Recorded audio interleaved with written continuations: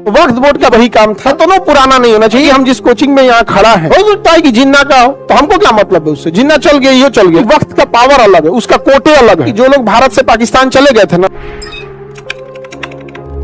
Sir वक्फ board के बारे में बताइए। वक्फ बोर्ड जैसे संसद में जाएगा, अभी ये संसदीय समिति के पद है, तो हम आपको इसके बारे में बता देंगे।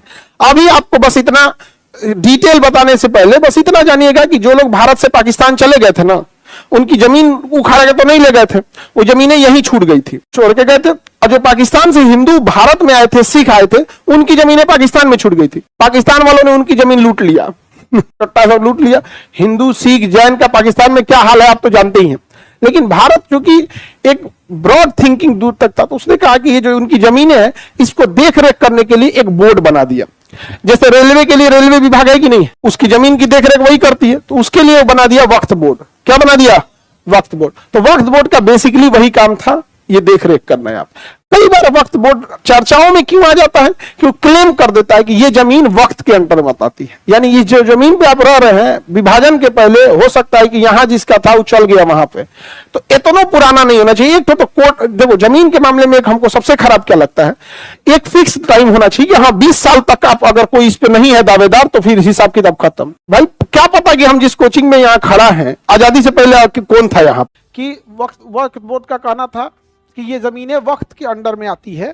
अब उसमें वक्फ बोर्ड में जो सबसे टिपिकल चीज़ क्या था कि वक्फ बोर्ड का जो जुडिशियल सिस्टम था उसमें भी सब मुस्लिम थे।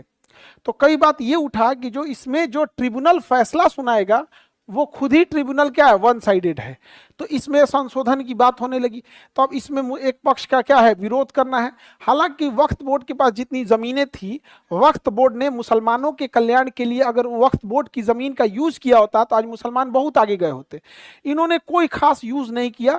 और जैसा कि सारे सरकारी डिपार्टमेंट में होता है कि जो एक बार बैठ जाता है वो अपने सगे संबंधी रिश्तेदार हेन तेन में लग जाता है, कोई उतना हुआ नहीं। तो बाद में अब जब गवर्नमेंट आई तो वक्फ बोर्ड विधेयक में क्या कही, संशोधन लाई। तो इसका जब विरोध हुआ तो इसके लिए ज्वाइंट पार्लियामेंट्री कमेटी बनाई गई कि जेपीसी की इसमें अपनी अपनी बातों को रखिएगा।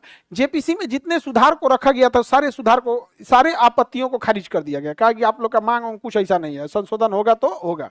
अब सरकार इसमें क्या कर रही है, संशोधन कर रही है। समझ में आ गया कि नहीं आ गया? आगे बढ़े।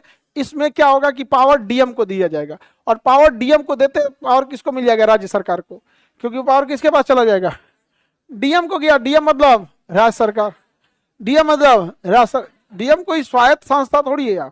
अब इसी को लेके बात चल रहा होता है। तो इसके अध्यक्ष कौन थे, जगत बीका पाल, फिर